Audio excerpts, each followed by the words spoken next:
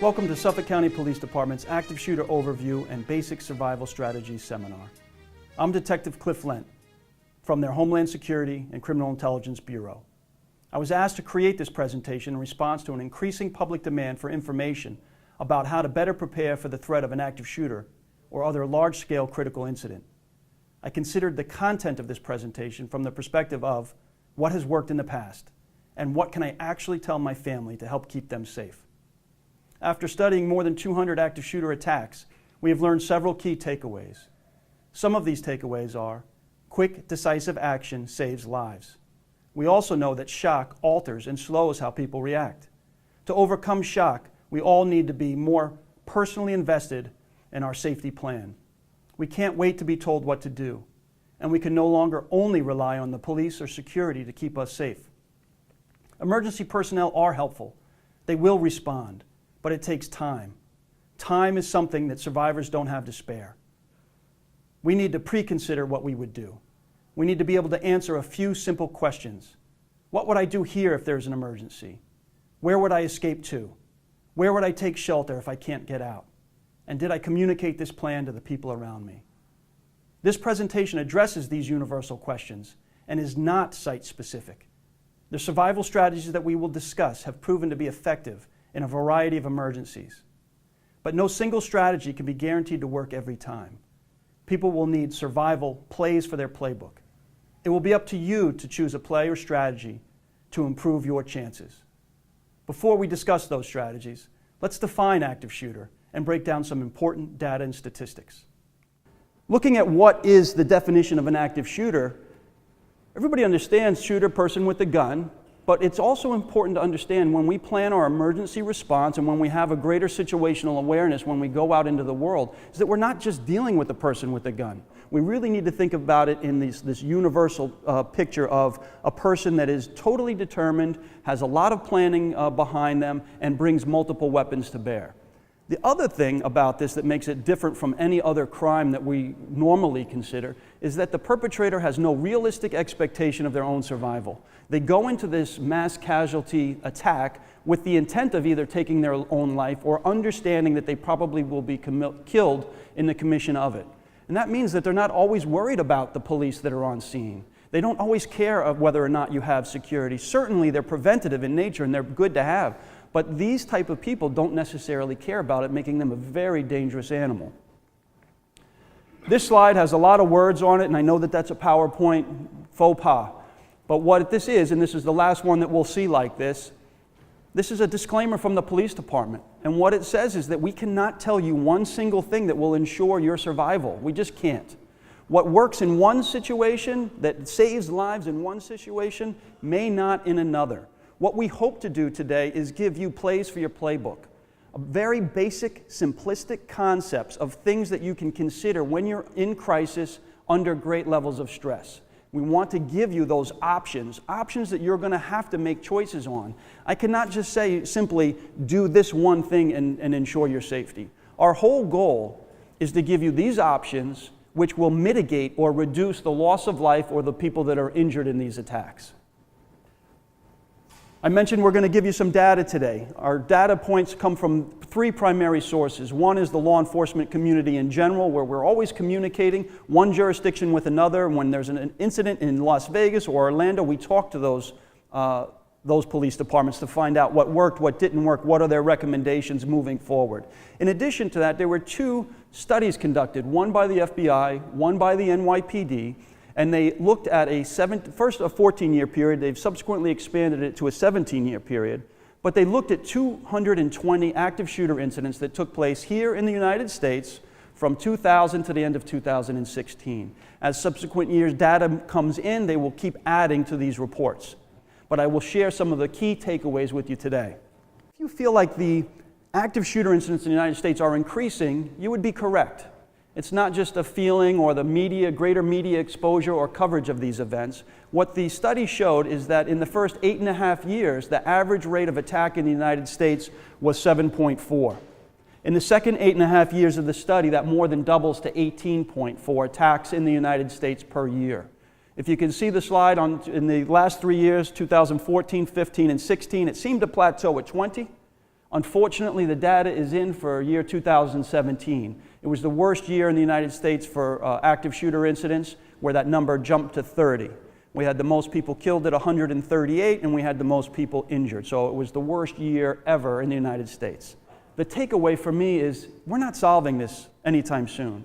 This is not something that is going to go away. We're seeing it trend upward. We expect that to continue to some degree. But if this is going to be happening and we're not solving this situation, my notice or invitation to you is to get more involved in your workplace, understand what your emergency action plan is, and also be more aware when you travel out into the world to a mass gathering. And we've all been to a mass gathering, probably recently. Your movie theater, that's a mass gathering. Your house of worship at a special event, that's a mass gathering. Any concert that we'll ever go to, Madison Square Garden, anywhere in New York City, and even in our towns and villages when we have an outdoor event, those are mass gatherings. Some of the other data and takeaways were that 69% of the time they're over in 5 minutes or less. They begin very violently, typically without warning, and they tend to end very quickly. What that tells me is that you need to take some sort of action yourself. It's not just call 911 and be a witness or wait for the cavalry to get there. You have to take some life-saving measures. On average, one person is shot every 15 seconds. And that makes sense when we're talking about active shooters because they choose, and it's a cold term, but they choose target-rich environments, places where they have easy access to victims. They are almost always trying to one-up the last one. They know that they can bring more attention to themselves or to their cause if they can increase the body or victim count in their attack. If they are rapidly moving through a crowded space, hitting multiple people, one at an average of every 15 seconds, anything that we can do to slow down the attacker, anything at all, even fractions of a second, matter when we act collectively. So if I'm in a room with an attacker and I'm able to shove them off balance before I escape, great. If I'm being chased or they're in the same space as me and I could flip over a table or chair behind me, fantastic. If I can get to a door and shut it behind me, great. And you think, well, that seems, basic or simple, but the idea is this. Every time they have to look down to move around a chair or a table that you've thrown up in their way, every time that they have to navigate their way through a door, that's a fraction of a second here, a fraction of a second there, a full second or two at the door, where they are not looking at a potential victim, where they are not effectively targeting somebody. And if we work collectively or as a group doing that, we're chewing up the clock, and just by doing that alone, we are saving somebody's life, whether it's our own or somebody in proximity to us. 60% of the time, active shooter incidents are ending prior to police arrival. Again, underscoring, you're going to have to do something if 60% of the time this is over before we get there. There is a significant other portion of this, though. About 8% of active shooter incidents in the last 2 years have been stopped by an unarmed member of the public. Somebody that saw an opportunity in an act of desperation, thought that they had no other way to escape or to evade the attacker, and they turned the tables on the attacker themselves. So almost 8% of the time in the last 2 years, an unarmed member of the public has brought this to a conclusion. And some of the recent ones, you could think of the Waffle House incident. Mr. James Shaw was unarmed. He was in that restaurant. The gunman came in with a semi-automatic rifle, was firing into the patrons, emptied the magazine of bullets that he had, went to take it out because it was empty and went to go in a reload. Mr. Shaw saw that, realized he was not getting out of there. The gunman was between him and the door that he saw between him. Used a swinging door, struck the gunman, grabbed the burning hot barrel of the rifle, ripped it out of his hands, threw the gun away, and then physically threw the gunman out of the restaurant, saving not only his life, but all of the other people that weren't killed at that point in the restaurant. That can happen, and it has happened in other occurrences too. 96% of the time it's going to be a male attacker, and the average age is 35 years old when the attack is focused out in the world. When it's focused on a school or an educational setting, the average age drops significantly to the teen years, 15 to 19 years old, almost always because it's a former or current member of that school district. Other than that, there is no profile of an active shooter. If you have an idea of the type of person that's going to be an active shooter, you can just pretty much throw it out. What both studies have indicated in looking at those 220 occurrences is that the attacker tends to reflect the communities that they attack within. They tend not to travel far distances. They choose locations that they're familiar with. These will be members of the community. Almost always they are first-time killers. 98% of the time it's going to be one attacker. And that makes sense. It's hard to get somebody else to buy into a plan of mass homicide. You can think of a couple sensational occurrences, Columbine being one where it was two friends, San Bernardino where it was a husband and wife attacker. There was another incident in Texas where boyfriend and girlfriend type situation. Other than this, extremely rare. I use that, and what I tell audiences is this. It's important to understand that you're not always going to have all of the information in one of these situations. You're not going to always know exactly who or exactly what is going on. Hear me out on this. If you're in the room with the attacker, you're going to know exactly what's going on, and your main challenge is to overcome shock. But if you're in other parts of the area where you're still exposed to danger, you're going to have limited information. You're going to have confusing information or conflicting information. And your first sign of trouble might be people running in a way that they've never run before, or screaming in a way that you haven't seen before. So as this information is going on, you're not going to know exactly what's happening in the room with the attacker. And my point of all of this is this. If I know 98% of the time it is one person that I need to evade or blockade myself from, that's what I'm going to do at the quickest possible time. If I can simply determine a direction of the threat, I don't need to know exactly where or exactly who, but a general direction of the threat, that something is happening in this direction, I'm going to alert others. Something is going on the other side of the building. Everybody close the door, come with me into the next room. I want to get more information, but we need to move out of here in a safe and a quick way. I'm going to close this door. I need everybody to come with me or get out on your own. Right? Make a quick move away from whatever the threat is, because if we can avoid the one, 98% of the time, that's a life-saving measure. It's also important for everybody to understand that these people are getting tactical guidance about how to be effective in what they do. It's available on the internet. It is not a secret. People that fantasize about these types of things know exactly where to go, and they're getting military-grade tactical guidance about how to be more effective in their killing. If they are doing that, my message to you is this. We need to rethink, in my workplace, am I totally aware of what my emergency process is? Do I know how to sound the alarm myself? I don't want to wait for security or somebody else to tell me. I want to know how to initiate the alarm. Does that mean I put out a PA call? Does that mean I call the front desk? Does that mean I pull the alarm? I want everybody to be fully proficient of what those mechanisms are in your workplaces. In addition to that, you'll want to know, where are my options to leave here? Not the one that I come in and out every day because we're all creatures of habit, but what are my A, B, and C options to evacuate out of here, so that if one door is taken away from me, I can say, don't worry, follow me, I know another way.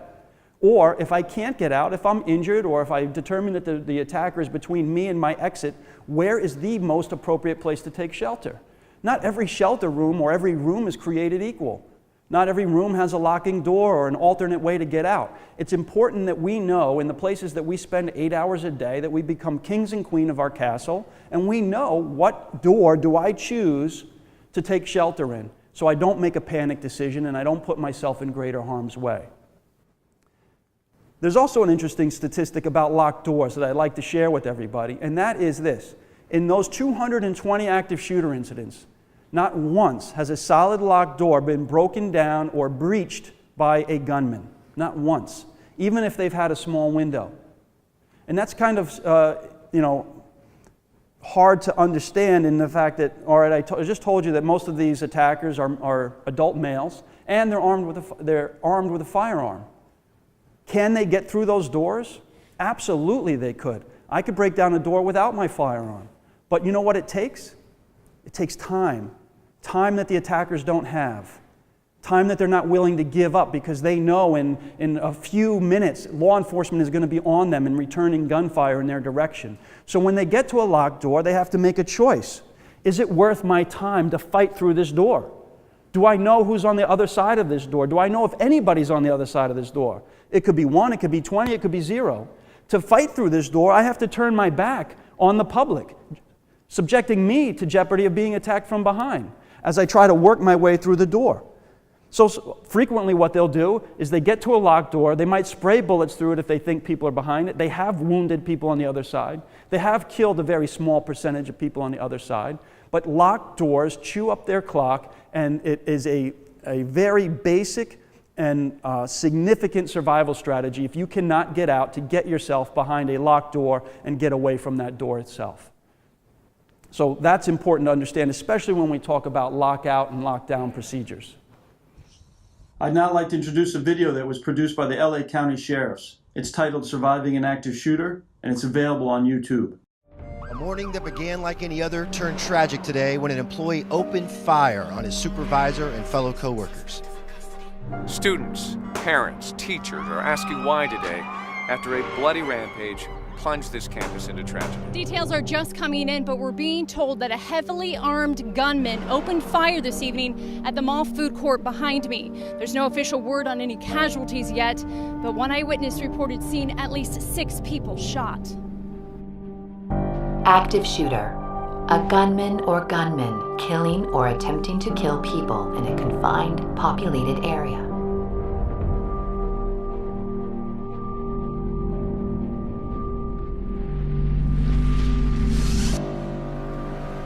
You gotta get some sleep. You're looking like a vampire. You sleep. You ain't got no babies at home keeping you up. What the hell? Ah, it's him again. We've tried. I'm sorry. We're gonna have to let you go. Active shooter killings are a tragic, unpredictable reality, and one that's becoming more common. Even though the number of active shooter events has been increasing, your odds of being involved in one are still very slim. But just like fire drills and earthquake preparedness, making a plan in advance can make all the difference. Yeah, but lizards live in tanks. I mean, it's probably fine. If you do find yourself in the middle of a senseless attack, the why doesn't matter. Hey, buddy. Hang on, something's happening. What matters is surviving. On average, 20 mass shootings take place in the U.S. every year. Killers usually choose their victims at random. They look for easy targets. So the harder you are to see or to hit, the safer you are.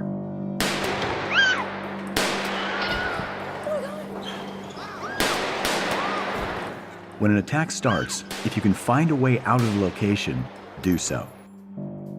Get out. If you stay calm and think clearly, even in the middle of a life and death event, you improve your chances of making it out. Visualize your movements in advance. What are we gonna do? Look at me. I can get us out. Stay behind me. Stay down. Use cover, something that will stop a bullet, and concealment, something that at least keeps you out of sight. Attention South LA units, code 3 response needed regarding a 245 DSV 417. This will be at the Town Center shopping mall. Suspects wearing a face mask, possible body armor. Use any available means to get out, including emergency exits or windows. Most restaurants and retail locations will also have exits in the back, through kitchens or stock rooms.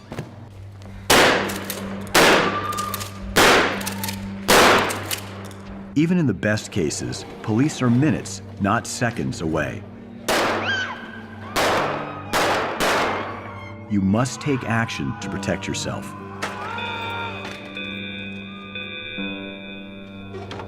Okay, everybody stay calm. It's probably just a drill.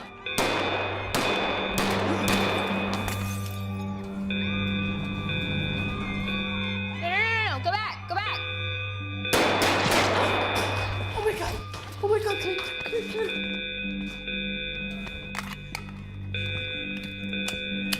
If you can help others without putting yourself in unnecessary danger, It's gonna be okay. do It's so. gonna be okay. What's your name? Lori. Lori?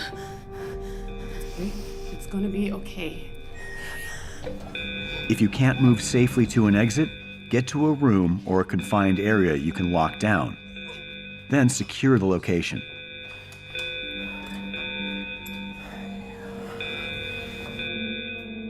Secure your location.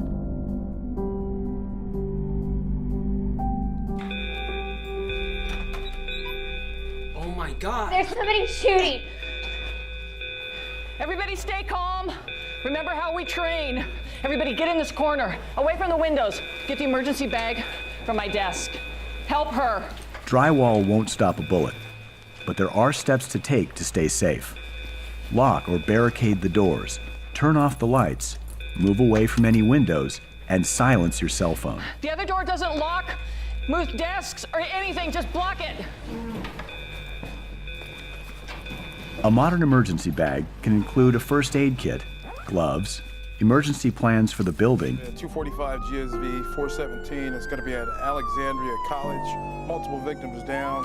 Law enforcement's first responsibility when entering an active shooter situation is to stop the suspect, not to render aid to the victims. Medical teams will enter the scene as soon as the suspect is no longer a threat or is confirmed in another location.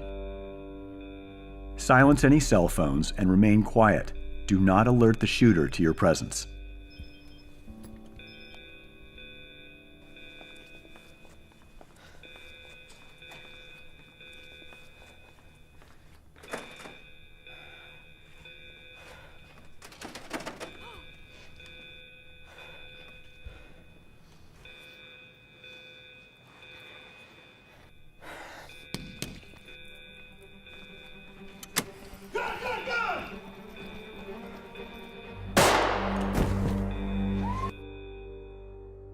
Defend yourself.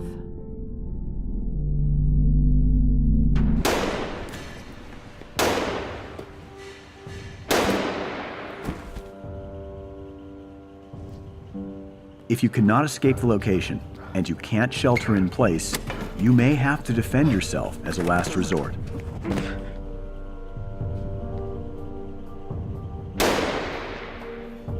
Almost anything can be turned into an improvised weapon. Look for something that can disrupt the shooter's ability to see, breathe, or control their weapon.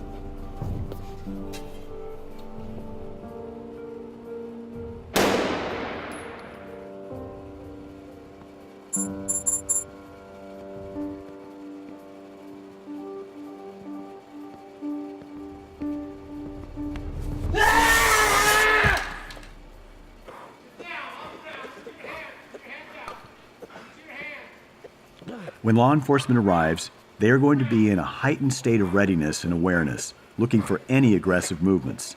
So keep your hands visible and follow any commands you are given. He's a shooter.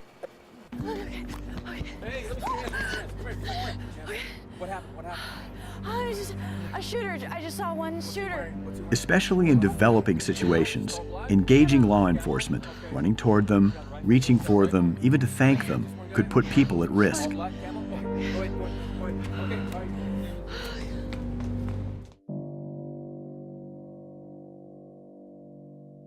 In it. I do recommend that you go back and re-watch it another time. Suffolk County or our county uses this as a training tool for all employees, not for how to respond as a police officer to an incident like this, but to again plant those survival strategies into our minds about things and options for us to do and ways to be thinking.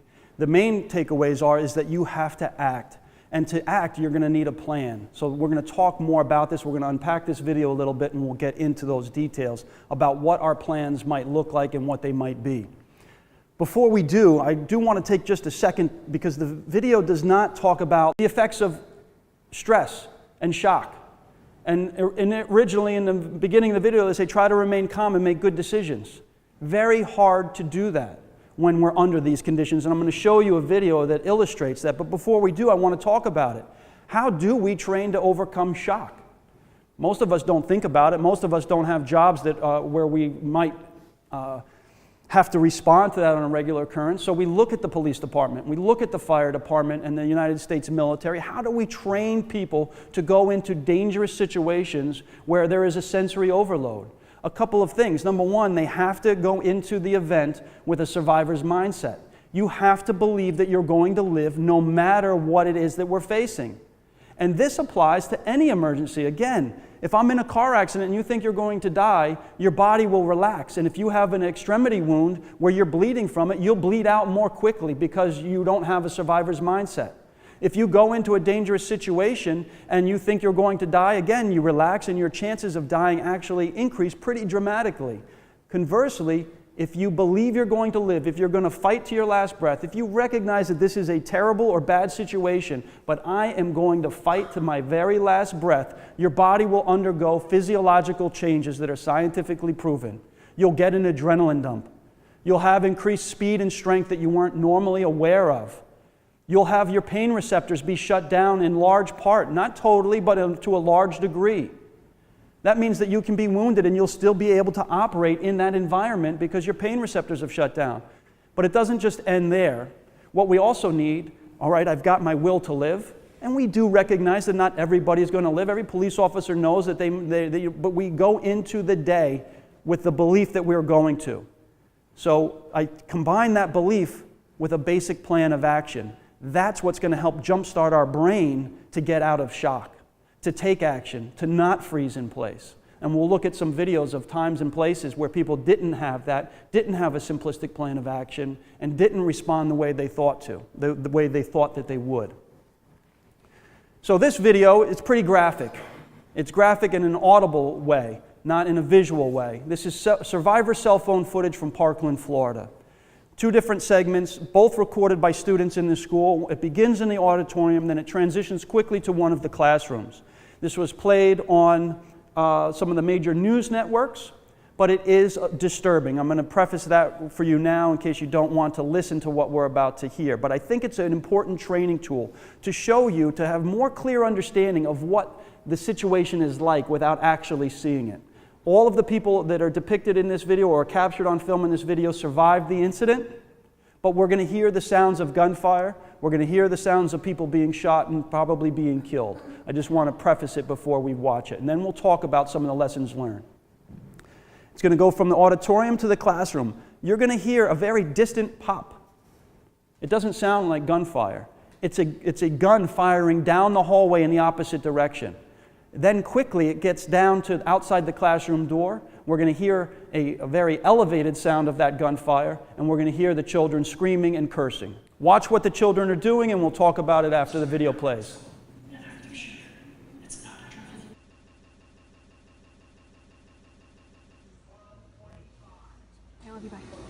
So right now we're in a school. An active shooter. It's not a drill. Holy shit. Oh, holy shit! Oh my god! Oh my god!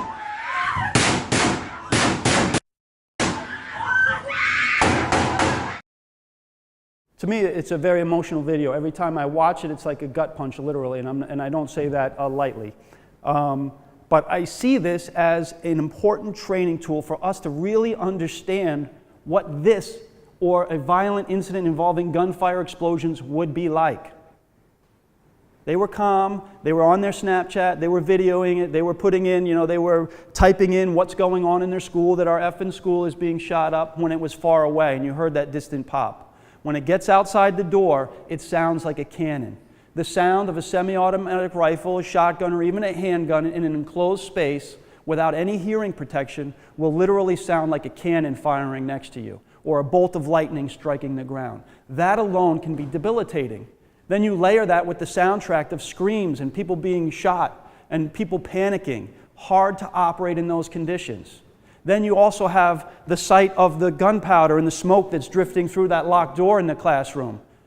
All of that can be a sensory overload. That's the shock I'm talking about. If you don't have that survivor's mindset, if you don't have a very basic plan of where to go in your rooms or where to escape from or how to sound the alarm, this is not the time to figure it out. My invitation to all of you now is to become kings and queens of your castle.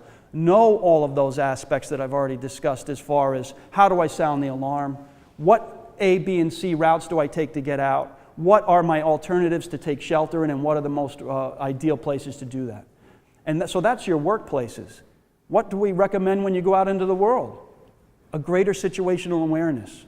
When I go into a movie theater, when I go into a concert hall with my family, the first thing I do is I look around and I find my option A to get out, my option B to get out, my option C to get out. I look for a place that I might need to, if I need to take shelter, is there a place for me to take shelter? Where is the most appropriate place in this new space that I'm in to do that? If I'm with my young children, I communicate those things to them.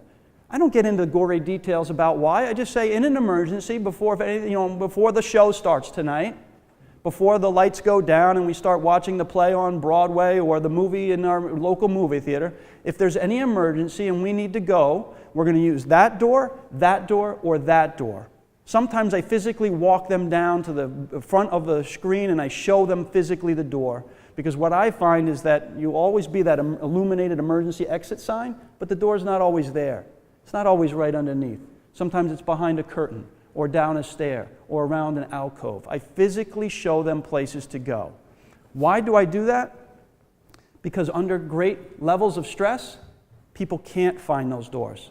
People can't come up with those basic plans. That's why we drive home this point of survivor's mindset and a very simplistic plan. Greater situational awareness to the places we go, and communicate those basic plans with your loved ones.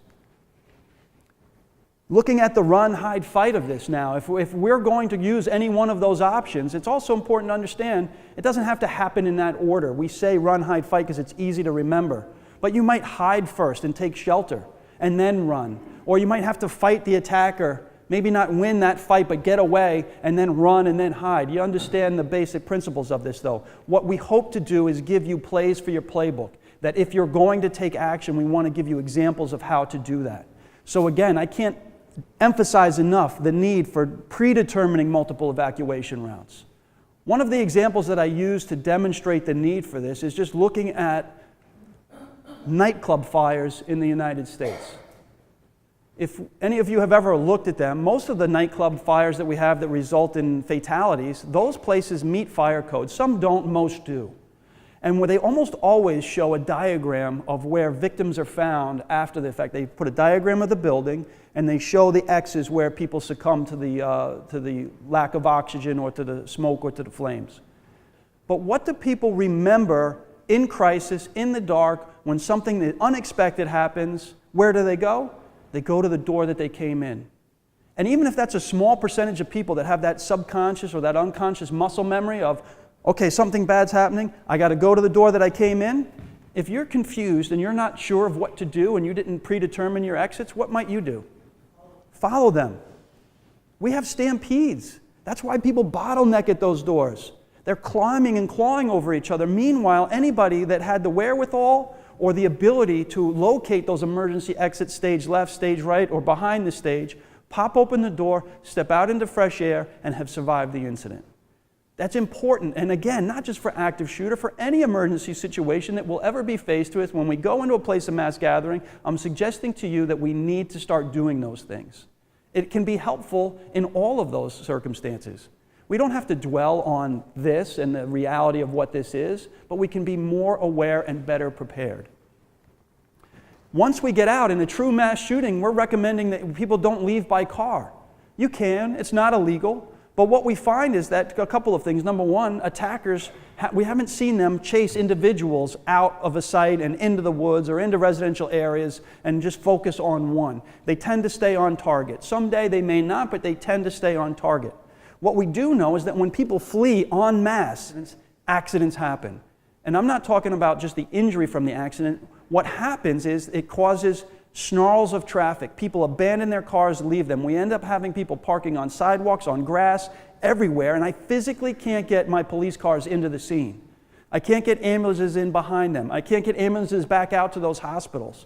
What we see at places like Orlando and Las Vegas, in those true mass shooting occurrences, people cannot get out, so they pick up victims, they throw them over their shoulder, or they grab them by the ankles and the wrists. They physically carry them past these traffic barriers that are created by people trying to get out or get in, and they throw them into personal vehicles to transport them to hospitals. That is not the recommended way to go to a hospital. So we recommend leave the cars behind.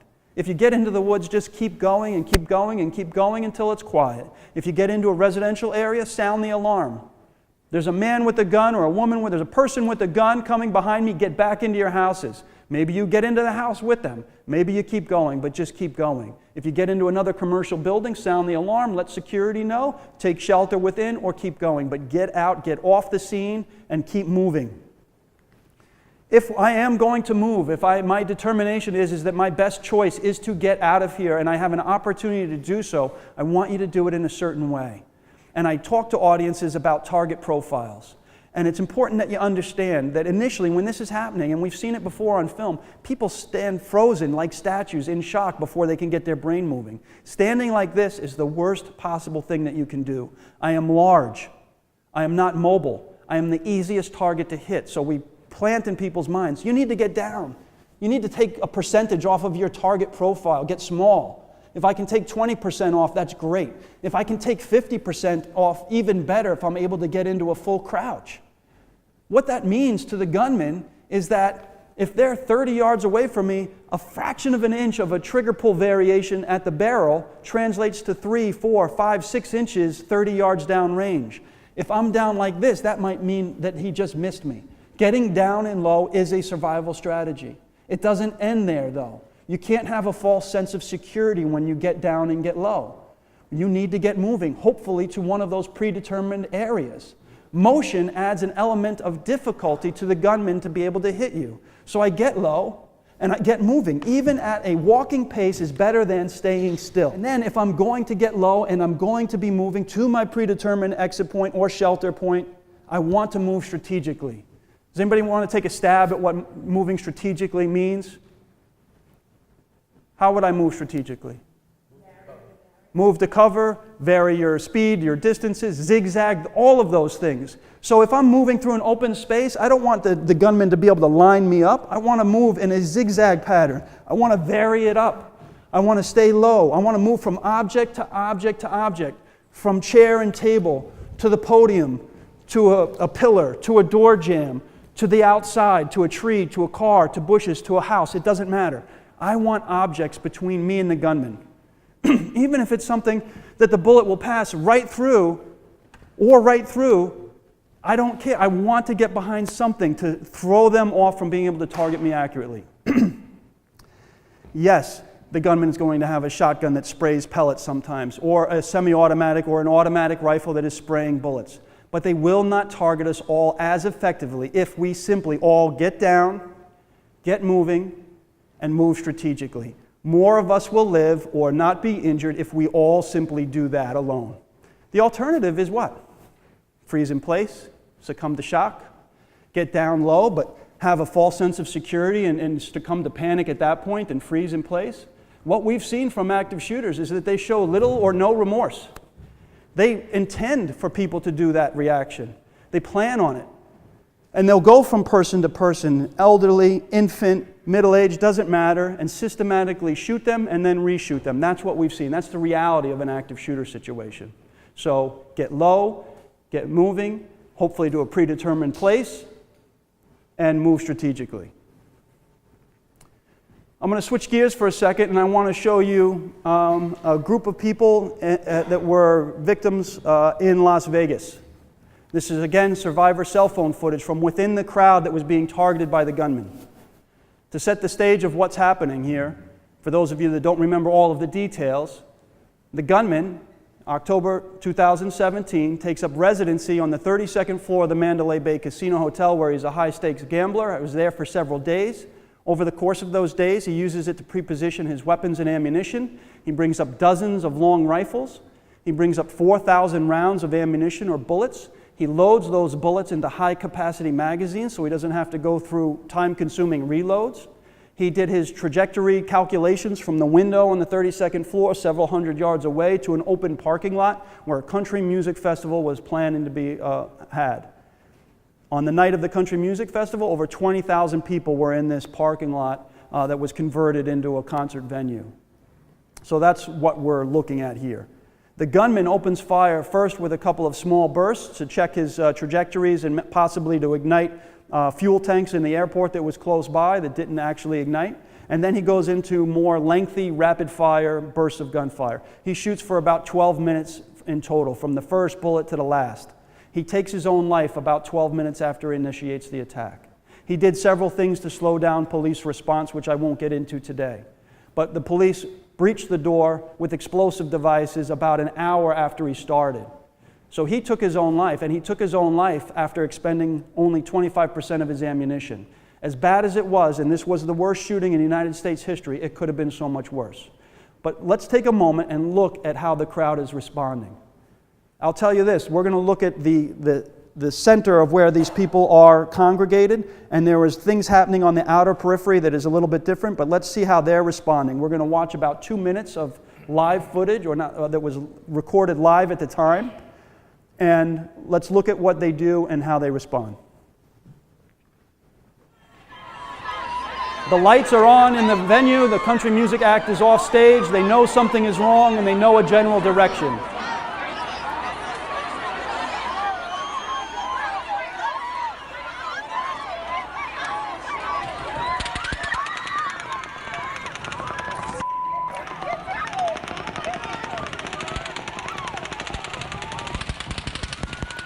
You'll hear people yelling, "Get down, stay down," periodically.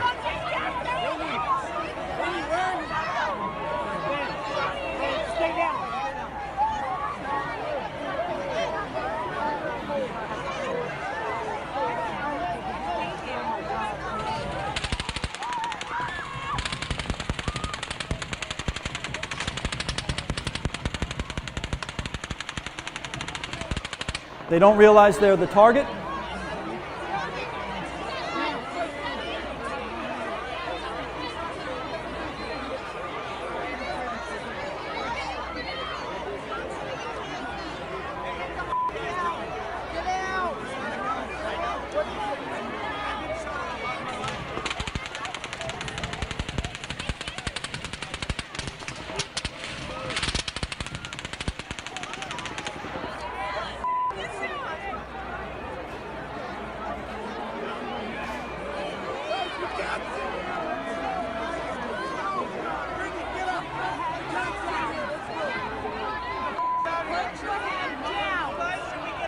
Should we get out of here? Stay down, get down.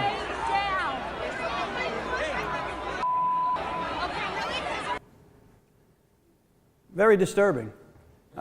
There's a point where most audiences laugh when we see the person that's drinking and giving the finger to the gunman. That's not a recommended survival strategy, I'll tell you that. I laughed a little bit when I first saw this, and I'm like, my goodness, this could be me or my friends, and I try to look at it from what are the learning takeaways from this? What can I learn from this that make myself or the public more safe? And it's this. Did these people have a plan before going in there? Did they discuss either internally or amongst their friends what happens if there's an emergency? Did they even consider it before going into this gathering? No. I'm suggesting that we need to start doing that. Just take a moment. It's not comfortable. It is uncomfortable to do it. Take 60 seconds of your time. Look for your emergency exits. Think about if anything bad happens here at all tonight, which way would I go? And if you're with your loved ones, you communicate that to them in advance. What were they doing, if anything, that was a survival strategy? Crouching down. They got down, right? And that's a good first thing. It's better than standing tall and straight. They made themselves small. And then what you were dealing with is well-intentioned people that were exposed to gunfire, trying to give good recommendations, and they're saying, get down, stay down, because it makes sense. When bullets are flying overhead, you get low. Great. But it shouldn't end there. I'm out in the open. I'm exposed. I'm surrounded by hundreds, if not thousands of people. I don't know exactly where the threat is, but they knew a general direction. They're all looking at the Mandalay Bay, pointing at the Mandalay Bay, filming the Mandalay Bay. They knew a direction. They didn't consider that from several hundred yards away on the 32nd floor, a person is armed with an automatic rifle is firing into the crowd. But they didn't have a plan. Get down, get moving to a place of shelter or a place of emergency exit. Know those places in advance. Communicate it to the loved ones and the people that are around you.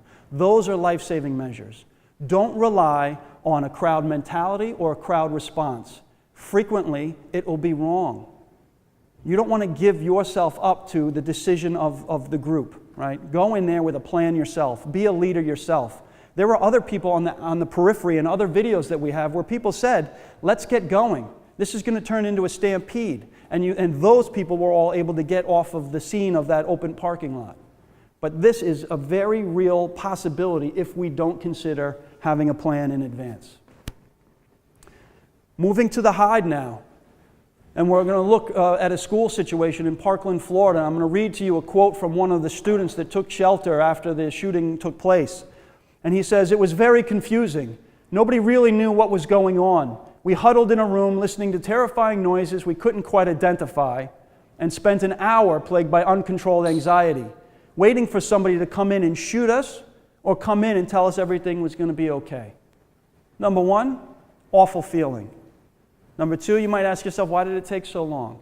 This is a large school, thousands of kids in this incident. In any large buildings where we have all of those people, we don't just evacuate en masse. It's dangerous. We don't always know if it's one gunman or if they have left explosive devices or arson devices behind. We systematically evacuate the building. We do it expeditiously but systematically. But I don't want anybody sitting in any room any day waiting to be rescued or to be killed. I want you involved. I want you engaged. I want you constantly thinking about what I can do to improve my situation. So what might those things be? I've already told you that a locking door has never been broken down or breached in 220 active shooter incidents. Someday that statistic's going to go out the window. Someday a gunman is going to get through a locked door. I don't want to rely simply on that locked door. It is a survival mechanism and tactic to get behind it and lock it, but I don't want to rely solely on that. Before we lock doors, we got to clear out the spaces. I don't want to run into a room in a panic and just save myself and let everybody else be in proximity to that gunman. I want to get everybody inside. So what teachers are trained to do is they clear the hallways, they clear the bathrooms, and all the spaces around their classes. For us, or for anybody else that's not in a school, that means alerting people. Something is going on. I'm afraid for my life. I'm going to close and lock this door. Get in here or get out. But once I lock this door, it's not getting open. Come inside or get out. So now I lock my door. Now I'm going to consider barricading the door. And I say consider because there's not one simplistic answer. If you don't know where the gunman is, do I want to block my one door to get out of this room? Not necessarily. What if they're outside and they're shooting through the windows? I'm going to need the door that I just locked. But if I determine that the gunman is inside my building, I am not going to rely on my locked door. At the soonest, safest possible time, I am going to put heavy equipment in front of it. I am going to barricade that door. And I'm going to take measures to do that. So what does that look like? Here's an example. This is a picture from Ocala, Florida, about a week after the Parkland, Florida shooting. There was another isolated shooting in a school in Florida. Down the hall from where the shooting took place, this is what a teacher and his students did in the wake of that other shooting to make themselves safer. They built a barricade around the door. That's the picture enlarged. They put every piece of equipment in the room in front of it. That's the door back there. That is a life-saving measure. That is chewing up the attacker's clock. That is building a ballistic barrier between me and the gunman. If they set off an explosion or they shoot into that pile, probably not going to get to me on the other side of it. That is a life-saving measure. But it doesn't end there. Now I've determined that the gunman's inside. I've locked the door. I've barricaded the door. Now I'm waiting for the cavalry to arrive. But what can I be doing myself to increase my survivability? I'm going to now try to quiet everybody down. Alert them. Inform them. We have to be quiet. Don't draw the gunman's attention. Stop screaming. Stop crying. Silence your phones or turn them off. We know that in several instances, gunmen have been alerted by vibrating phones of people taking refuge in closets or bathrooms where they've been attacked because their phones alerted to their location. So silence it down if you can. We're not always going to be totally quiet, but we want to not unnecessarily draw the gunman's attention. If I have people that are wounded, and I'm talking about severely wounded, life-threatening bleeds, I need to treat those wounds because we might be in this shelter for several minutes. So if somebody is gushing blood and you think it's life-threatening, whether it's you or another person in your space, treat the wound. Everybody pretty much understands direct pressure, but what the national protocol is now recommending is pack the wound with cloth. Clean cloth if you have it, dirty cloth if you don't. You can use the victim's socks, the victim's shirt, your socks, your shirt. Take any cloth available, pack the wound tight, put direct pressure on top of it. If it's you, self-treat and hang in there and have your survivor's mindset. If it's somebody else, tell them what exactly to do. Make sure it's being done, put them in a safe corner away from the doorway, and instruct them not to take pressure off before we get to the hospital. That's rendering aid. Now, I've done that. Nobody's immediately dying in my room or my space. I want to arm myself. If I have to fight, if the gunman gets through my locked door, fights their way through my barricade, gets into my space, I want an option. It's going to help keep me out of panic to plan for this, and it's going to give me opportunity to think about ways to be more aggressive or to be more effective if I have to defend myself. Would I rather claw at a person with my bare hands or with a key between my knuckles? Probably a key between my knuckles if that's all that you can bring to bear. Or a pen in my hand as a stabbing instrument. If I'm strong enough and if I'm able, I'm going to look for a blunt instrument or something that I can fashion into a weapon. It might be a flagpole that I break in half and use as a striking instrument, or a spear, or a chair if it's heavy enough and I can use it as a blunt instrument, or a metal fire extinguisher that I can spray them in the face like we saw in the film and then use it as a striking tool. Whatever it is, let's get ready to rock. And if it's just me, I'm going to arm myself. If it's others, I'm going to instruct them what to do. If I'm incapable because I'm wounded, I've been trained. I can still tell people what to do. Lock the door, barricade the door, drag me into this corner over here. Help me pack my wound, I'm going to keep pressure on it. You guys turn over tables and chairs and build a little barrier. Get a weapon. If that person gets in this room, we need to fight. Come up with a very simplistic plan. If it's just me, I'm going to stand offset from the door, and as soon as I see the weapon, I'm going for the weapon to try to keep the barrel away from me. If it's me and another, I'm going to say, you're totally ready to go, you're going to get the feet. I'm going for the weapon. If it's three of us, you're going for the head, ma'am, you're going for the legs, I'm going for the weapon. It sounds, well, let me stop for a second. Is this crazy? Is it crazy? Yes, totally insane. This is totally insane. The whole thing that we're doing today is totally insane. It's crazy to me that there's a video titled Surviving an Active Shooter that was made that has over 1 million views and several others with other several million views. That the police department gives training about surviving an active shooter. But what is the alternative? We freeze, we don't act, we don't take action, maybe we don't go home to our loved ones. So, as crazy as it is, we're trying to give you basic survival strategies. And it begins with having plays in your playbook, and this is part of that. So arm yourself, be ready to go, have a very basic, brutal, simplistic plan, convey it to others so that you'll be more effective in what you're doing.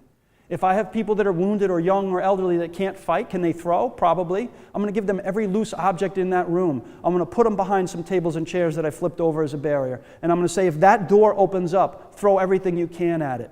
I'm going to be on the other side, and I'm going for the gunman. I need a distraction while I'm fighting him. I want to make myself as effective as possible. If I don't think about it in advance, I may not do it. It doesn't end there. Now I've got everything buttoned up, doors locked, barricaded, kids are out into the corner. I've got people treated for their wounds. I've got everybody armed and ready to roll. I might be 15 minutes into this event. Most of them would be over, some are not, so I want to stay in the game. What happens if this room that I just took shelter in becomes unusable? Becomes unusable because they set fire to the building, because explosive devices are now going off somewhere in the building, or bullets are spraying through the walls of the door and I feel like this is not the place to be. I want options. So if you're in a space that you're not familiar with, expand your tunnel vision, look for doors. Find out where those doors go, make sure they're secured against the gunman, or if they open up into an outer area, make a decision. Is that the right way to go? If I have no door, I'm looking for windows. This room, it's plain as day, there's windows everywhere, but sometimes they're not. If I have a window that's not in view of the gunman, I want to get it open so I don't have to fight with the window when it's time to go. If it's commercial glass, I will have to consider, do I need to break it now, maybe draw attention to myself by that noise, but give myself an out? You'll have to make these decisions. I can't tell you exactly what to do based on the thousands of variables that will be going on. But you need to be thinking about, how do I constantly improve my situation and how do I get out? If I take away your doors and windows, are you trapped in this room? Are you trapped? No, not necessarily. I'm going to look up. This room doesn't have one, but many public spaces do have drop ceilings. If I can't climb up to it, maybe I can build a structure that I can, or somebody else can. I can put 2 tables together and another table on top, and maybe I can get some people up into that ceiling. Great place to hide on the sides of the walls. Or if this room becomes unusable, drop down into the next room and deal with whatever you have to deal with there. If I have no door, no window, no drop ceiling, am I trapped? No, not necessarily.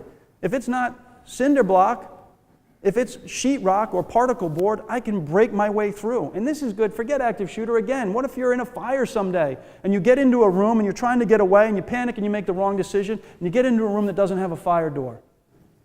You can make a door through the wall. All of us, every single one of you in this room is capable of doing it. You take your foot, you do a mule kick into the wall, and you crack that sheetrock or particle board. If you're not strong enough to do that, you pick up an instrument and you crack it, or a chair and you crack it. You pull down the sheetrock on your side. It's only a half-inch thick in most cases. And you expose the beams, about shoulder width apart, that are going to be metal or wood. Expose those beams. What did you just fashion? An emergency door. You can lean on the other side, put your weight on it, and pop into the next room. You made a door through a room that you might have thought that you were trapped in. This is a way to keep your brain thinking. Think about locking it down, getting people treated, arming yourself, and then what is my next move? Those are all things to stay engaged in the fight. If I do have to fight, if that is my option that I have, and I see somebody using deadly physical force in the act of killing others, not threatening, but actually killing others, anything goes. I can use any physical force necessary to bring that attack to an end. So anything goes. If you do choose that option, we want you to scream when you attack the gunman. Not as you're running towards them, but when you're on them. Initially, we want your most primal battle cry and scream in their face. Remember, these are first-time killers. You want to overload their senses like he or she overloaded yours. Get in their face, go for the weapon, and scream a battle cry. Maybe you make them fumble the trigger. Maybe they fumble the reload or drop the weapon that they're trying to transition to because you're holding on to one. Help overload them. Then we want you to immediately start screaming, help me, I've got him, help me. It does two potential things. Number one, draw other good Samaritans to the fight. I don't want a fair fight. I want unfair fight. I want 6-on-1, 10-on-1. Somebody that might be hiding nearby that I didn't even know was there might come to assist me. Somebody that was fearful and weren't willing to engage might engage because I've already done it. Help me, I've got him. The next important thing that does, it alerts law enforcement that a good Samaritan is involved in the fight. Because we're going into a situation where police officers are afraid, they've trained for it, but they've probably never been exposed to it. They're going to be passing victims. They're going to be looking for a shooter that's probably going to look and dress just like you, like the community that's affected. And they're going to have to make a split-second decision. You want to make sure they know a good Samaritan is in the fight, so they don't incorrectly or erroneously or tragically shoot you. Once we stop or disarm the gunman, I don't care what their reaction is. I don't care if they turn into a sobbing mess. Knock them to the ground, make them incapacitated, either unconscious or unable to access their hands. Their hands are deadly. We know that they frequently bring more than one weapon. Don't be taken off guard. Treat them like a deadly threat. Unconscious or unable to utilize their hands. And then I am going to, in that 2% chance that there is another, I don't want to just wait. I'm not going to relax until I have officers in the room with me. So that's the run, hide, fight portion of it. And what we also like to point out is some versatile tools. And we like these tools because they're available in just about every building that we'll ever go in the United States. Fire extinguishers to begin with. Fire code dictates that they're going to be throughout whatever buildings that we go in. If you have the opportunity to grab one and bring it into your shelter space or grab one as you egress, do so. They're great tools as a distraction weapon, as we saw in the video where you spray the gunman, or as a blunt instrument to strike them from behind or in the front if that's the only opportunity that you have. Also, it's made out of metal and it's a cylinder. Better to have something with ballistic quality in front of my vitals as I'm moving through spaces than having nothing. Right? It's a good, useful tool, and they're available everywhere. Consider grabbing them. The next thing is wires. They're available in every room that we'll go into, and there's electrical cords everywhere. Grab them. Use them. Use them to tie off doors. In this slide, they're looking at a gentleman using a belt. Not everybody has a belt, and I like wires better than belts because they're longer. They're just as strong. They're easier to tie. They're available in every room. And what they're showing here on the left is that he's wrapped his belt and tied it around the hinge on that door. Those old-style hinges in auditoriums or large rooms, to have that door open, the hinge has to expand. If I tie the hinge shut, the door doesn't open. Right? Could they rip it off the assembly? Yes, they could. But you're chewing up the attacker's clock, maybe giving law enforcement the critical time to turn the corner and end it before they get in. I might save my own life, or I might save somebody else in that space. The next thing that they're showing is maybe you're in a room someday and you jump into a room and you find that you don't have the key or you don't have the lock. You can't lock that door for some reason. Get a wire, a cord, tie it around the handle, tie it to something heavy. In lack of not having something heavy, wrap it around your waist. Lay down on it, almost like a mountain climber. Put all of your body weight on the door, forcing the gunman to have to physically bicep curl the door open with all of your weight on it. Is it going to ensure your survival? No, but these are plays for your playbook to give you an increased survivability if you're ever faced with a deadly incident like this. If we don't pre-consider how we might act, you might not do it. So we want to plant these seeds. Give you plays for your playbook. Give you options. You get out, or as you're egressing out of a scene, it's still a very dangerous situation. Consider that dozens, if not hundreds, of law enforcement agents are going to be descending from different jurisdictions. Whenever one of these things happen, everybody with a gun tries to go in to bring it to an end. You're trying to get out of that scene as they're racing in. You need to make yourself not a threat. The only way to do that is this: hands up, fingers wide. You're going to look like the attacker, so we need to make sure you're not going to kill us in the moment that we're passing by you. Hands up, fingers wide. You can't kill me in that moment. You may very well be the attacker escaping with everybody else, but as long as the killing has stopped, that's okay. We will go get you later. We want you to survive and not be erroneously shot by a member of law enforcement or a good Samaritan. Hands up, fingers wide.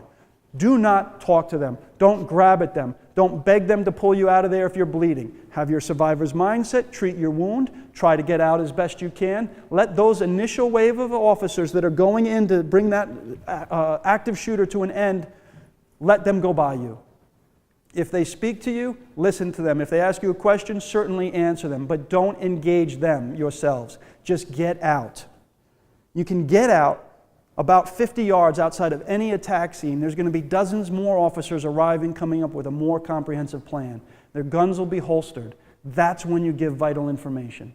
That's when you say, I know the shooter, it's my coworker, it's Detective Cliff Lent. He's dressed in a black short-sleeve polo and beige pants. Or, I've got 20 people in the conference room, several are wounded, we need to get to them now. That's when you give that type of information. The other thing is accurate reporting and why it's so essential. Every single time we have an active shooter situation, a true active shooter situation, 98% of the time it's one gunman. 100% of the time we get erroneous reports of multiple gunmen. That is problematic for a number of reasons. Number one, if the gunman is on the north side of the building and you erroneously report the gunman on the south side, you've just split our resources in half. I've taken a team of people that are going to address the gunman and I split them and I go to the south side. If I get east and west, now I've quartered us gunmen and they erroneously report it. We're trying to educate people. Only report what you know. Don't just guess at things, because if you split our resources, that's potentially deadly to you or to others that are trying to survive the incident inside. Also, if you report me as the gunman erroneously, and it goes out over the radio, male, white, middle-aged, black polo, short sleeve, tan pants, when officers see me, after they've just witnessed what's going on inside that scene, they may very well shoot, right? Lockout and lockdown procedures. In our schools, they're very different entities than from most of our buildings. Any building would be better off to keep the attacker or the gunman outside the building. If you have the potential or the availability to sound the alarm, get outer doors locked, and keep the attacker outside, much better than having to deal with an attacker that gets into our buildings.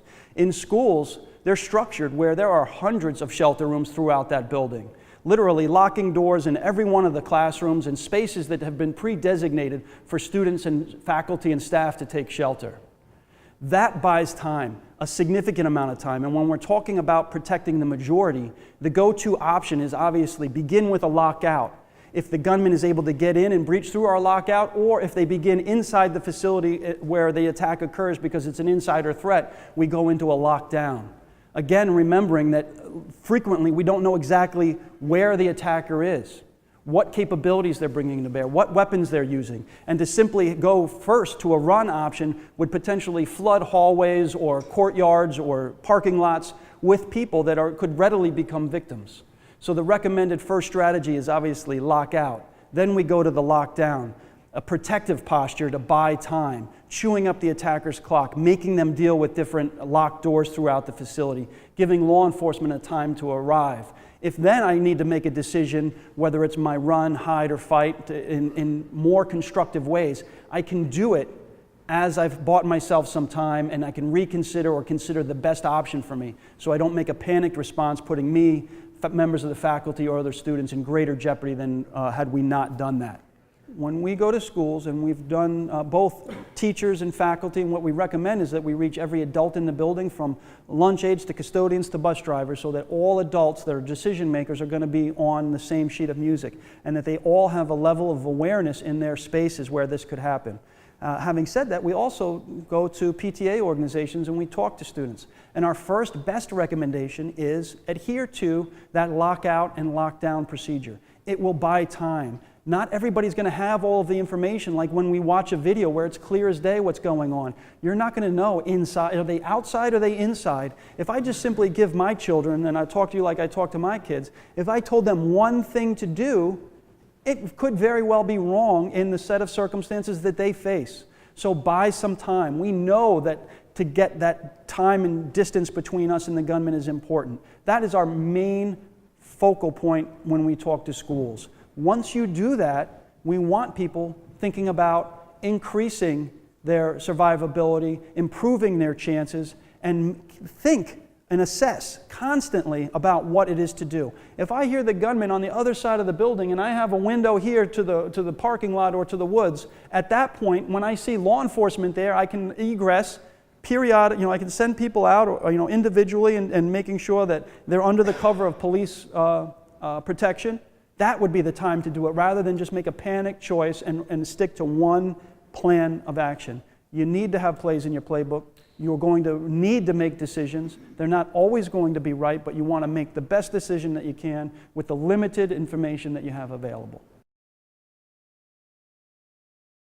I've heard, so the question is on some videos and different things, some people recommend playing dead to evade the shooter. I'll say this, a couple of things. It is a strategy.